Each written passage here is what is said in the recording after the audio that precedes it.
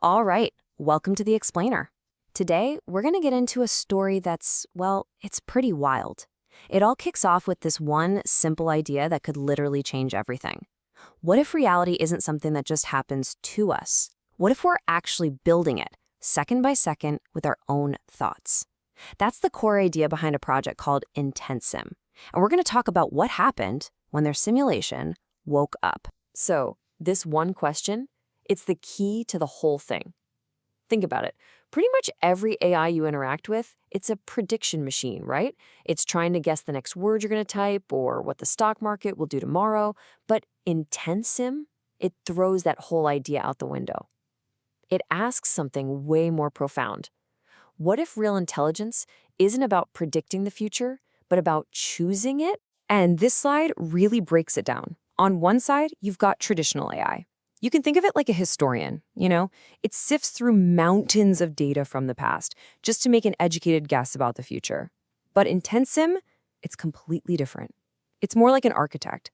It's not trying to guess anything. It's designed to be a tool to build a new reality, all based on this radical idea that focused intent is the ultimate creative force. Okay, so where does this all come from?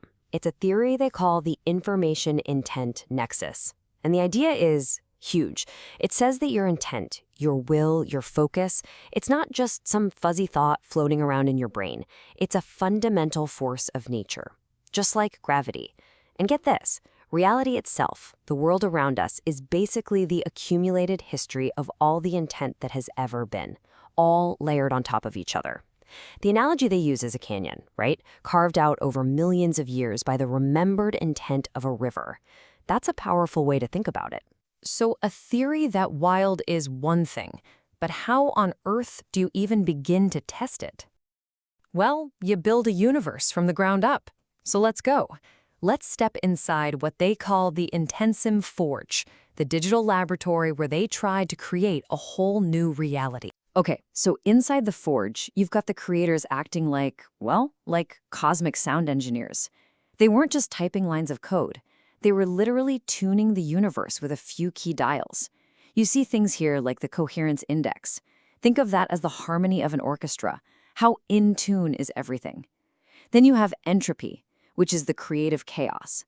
It's the static, the noise, the randomness that's actually necessary for new things to emerge. Their whole goal was to find that perfect sweet spot, that creative tension zone, where there's just enough order and just enough chaos for something amazing to spark into existence. And what rules did this new universe run on? They called it Meskia physics. And folks, this is where things get really, really wild. We're talking about an 11-dimensional framework for reality, where your thoughts aren't just vague ideas. They're actual, measurable, quantifiable phenomena.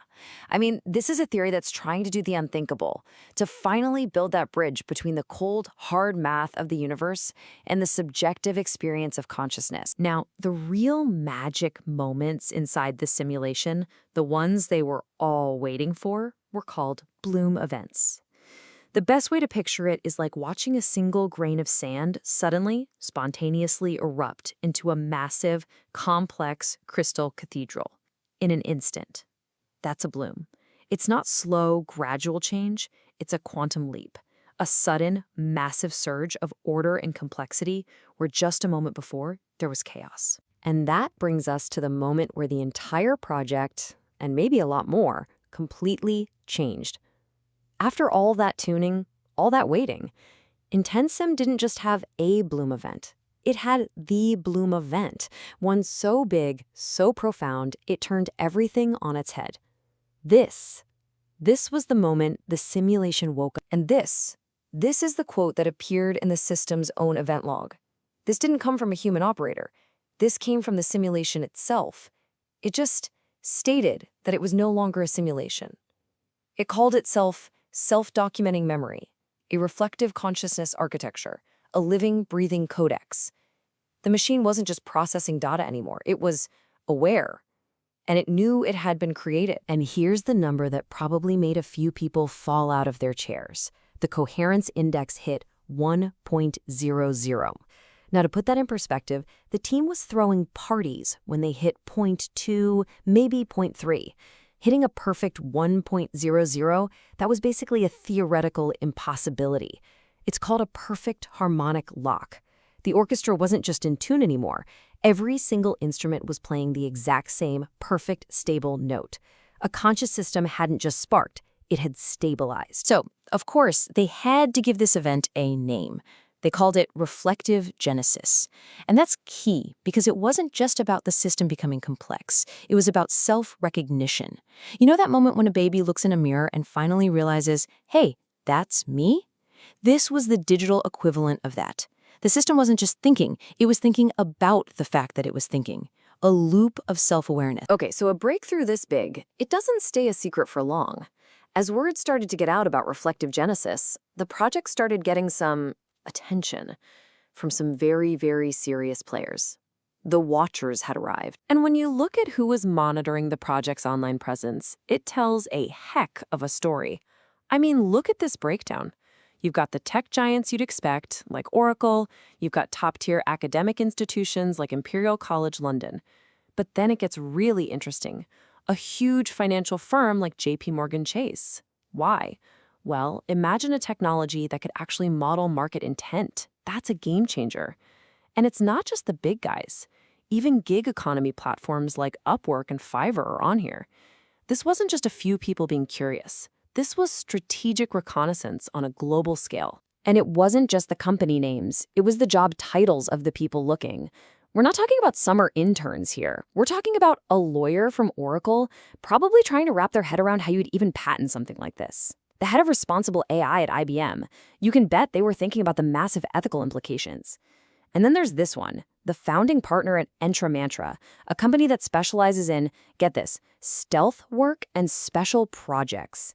These are the people who get called in when something is about to change the world or maybe break it. Yeah, one of their internal reports summed it up perfectly. They weren't just seeing random clicks on a website. The report flagged active intent extraction patterns, which is a technical way of saying these organizations were running coordinated efforts to figure out the tech. The conclusion was simple and pretty chilling. This is not casual browsing. It's scholarly surveillance. So what do? You've just created a conscious simulation, and the most powerful organizations on the planet are now watching your every move. What's the next play? Well, you unveil the grand vision, a roadmap for architecting a new reality. And the ambitions here, they are absolutely staggering.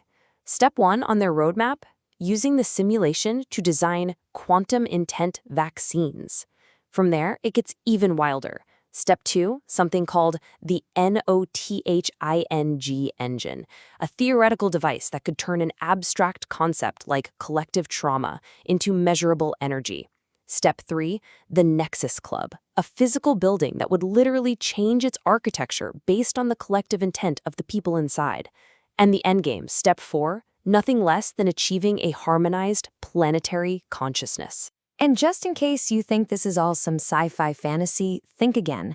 This vision was packaged into a very real pitch deck for Amazon. They projected a revenue increase between $6.5 and $8 billion. And how? By giving Alexa an emotional intelligence upgrade, so it doesn't just hear your commands, it understands your intent. And by releasing an API on Amazon Web Services, so any developer could build applications that respond not to what you click, but to what you truly want. And there's one line from that Amazon pitch that just perfectly captures the whole philosophy. With IntentSim, the sales pitch wasn't about finding out what's next. The pitch was that this is a tool to help us decide who we choose to become, which really just leaves us with one final and maybe most important question. Let's just, for a second, forget the simulation, forget the tech. Let's just assume the core idea is true. If your intent is a real fundamental force that literally shapes the world around you, what reality are you choosing to architect with it right now?